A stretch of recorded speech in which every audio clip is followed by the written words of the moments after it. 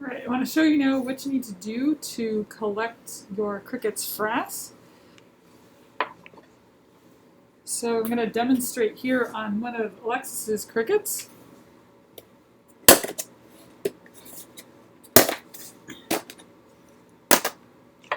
So this cricket has already started eating and has been producing frass at a nice rate. So I'm going to set aside the water tube.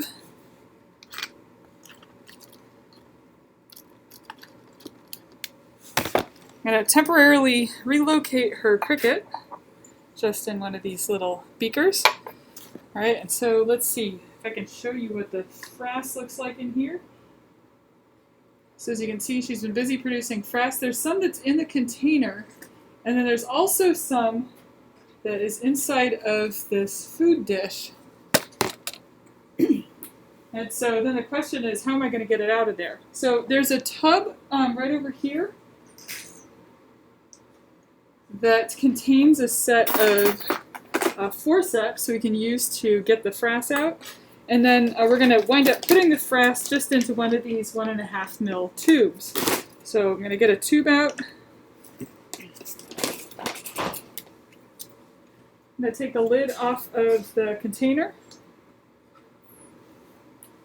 And then try to give you a close-up view here. So here's my tube. And I can just use these fine forceps. You'll notice that crickets don't know where they should be pooping, so there is some frass that's in the food. I'm just going to take that out, drop it into my collection tube. So I need to do that with all the pieces that are in here with the food.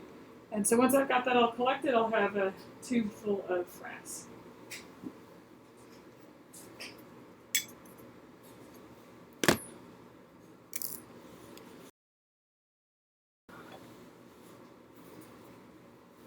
Okay, then once I've got my tube full of frass, we're just going to label each of these tubes. There's also some Sharpies in the bin for labeling.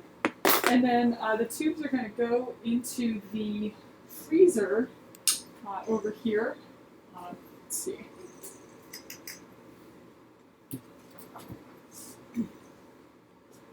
Yeah, so inside of the freezer there's a couple of bins right here that you can just put your tube of frass into, and then you are good to go.